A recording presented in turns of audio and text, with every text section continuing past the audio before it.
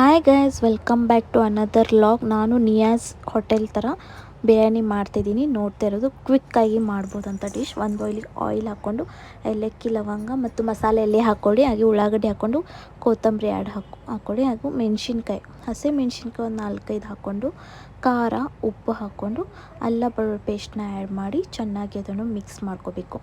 ಆದ ನಂತರ ಏನು ಮಾಡಬೇಕಂದ್ರೆ ಒಂದೇ ಒಂದು ಉಳ್ಳಾಗಡ್ಡಿ ಟೊಮೆಟೊ ಆ್ಯಡ್ ಮಾಡಿಕೊಂಡು ಅದಕ್ಕೆ ಮೊಸರು ಕೂಡ ಆ್ಯಡ್ ಮಾಡ್ಕೊಳ್ಳಿ. ನಿಮ್ಮ ಪ್ರಮಾಣ ಅಷ್ಟು ಚಿಕನ್ ಕ್ವಾಂಟಿಟಿ ಎಷ್ಟೈತೆ ಅದು ನೋಡಿ ಮೊಸರನ್ನ ಆ್ಯಡ್ ಮಾಡ್ಕೊಳ್ಳಿ. ಮೊಸರನ್ನ ಆ್ಯಡ್ ಆದಮೇಲೆ ಚಿಕನ್ನ ಆ್ಯಡ್ ಮಾಡಿಕೊಂಡು ಲಿಂಬೆನ ಹಿಂಡ್ಕೊಂಡು ನಾನು 1 ಗ್ಲಾಸ್ ಅಕ್ಕಿ ಹಾಕ್ಕೊಂಡಿದ್ದೀನಿ.